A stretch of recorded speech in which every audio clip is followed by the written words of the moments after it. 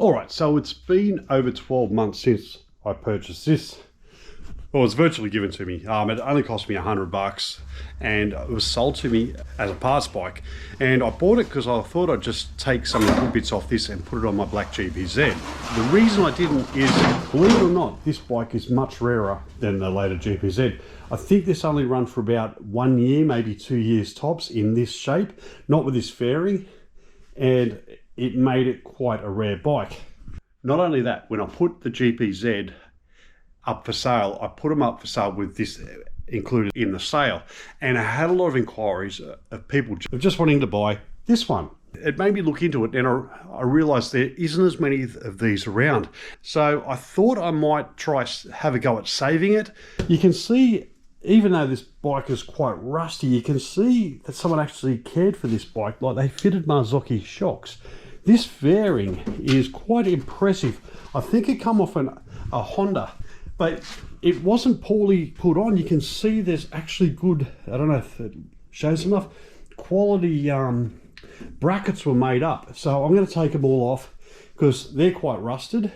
And I'm going to try see if I can get this bike, get it started. Who knows? It hasn't been started in over 20 years. And I done a rego check, and it was there's also a rego sticker, that's how old it is, and it was last registered in 1999. So you're looking at over being off the road for at least 26 years. So what we're going to do is we're going to pull it apart and just do a bit of a tidy up and see if we can get it running. But first, we've got to get rid of this fairing. I put some WD-40 on all the bolts just to help loosen them up. Nuts, sorry.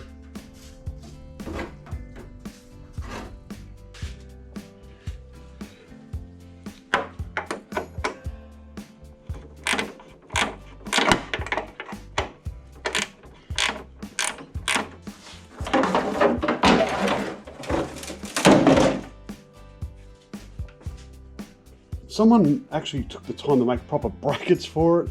It made it look good. What's not looking good is the front forks. That's all right.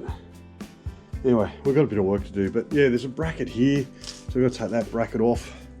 That's going to be a job in itself there. I'll have to take the tank off to get to that, but that's all right.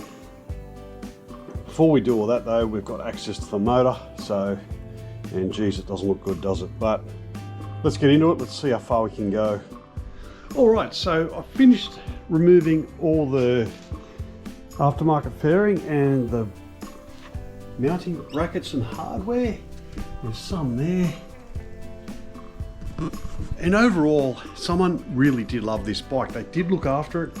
The giveaway was these aftermarket Kawasaki shocks. That fairing wouldn't have been cheap back in the day, and the fact that this looks like it was a kit specifically for this bike, it was very impressive. Now, it still doesn't look great, but it's looking a lot better than what it was. After getting the fairing off, you get a better look at the motor. Now, you can see someone has already removed the tank at some stage.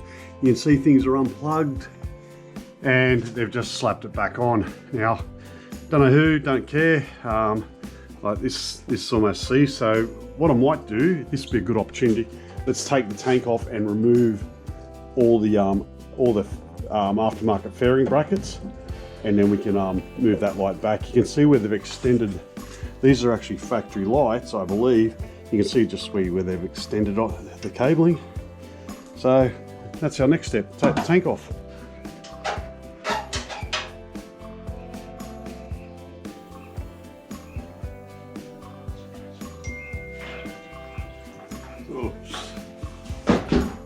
Something in that tank.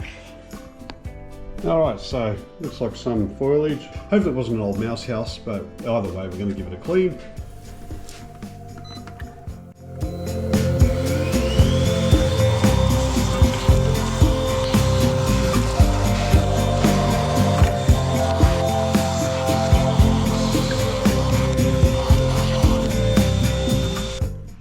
Alright, so I've removed all the aftermarket fairing and mounting brackets and all the associated brackets that go with it. I haven't put the headlight back on, but all the brackets were left on the bike, which is it means it's still complete. So the next episode, we're going to see if we can get the engine running or turning over. I need to order a battery, and this I've got to decide, do I sell it, do I get it running? The further I get with it, the more it's worth. And it did have a lot of interest when I was trying to sell it as a job lot with my other GPZ. Actually, there was more interest for this than the other bike. If I can get the engine running, excellent. That means then we'd have to do the brakes. Definitely have to get the tank repainted. It seems quite solid, but we'll have a proper look at that on the next episode. The front mudguard would need respraying. Anyway, that's pretty much it for me. Thanks very much for watching, and hopefully in an upcoming episode we'll be seeing about getting the engine on this running.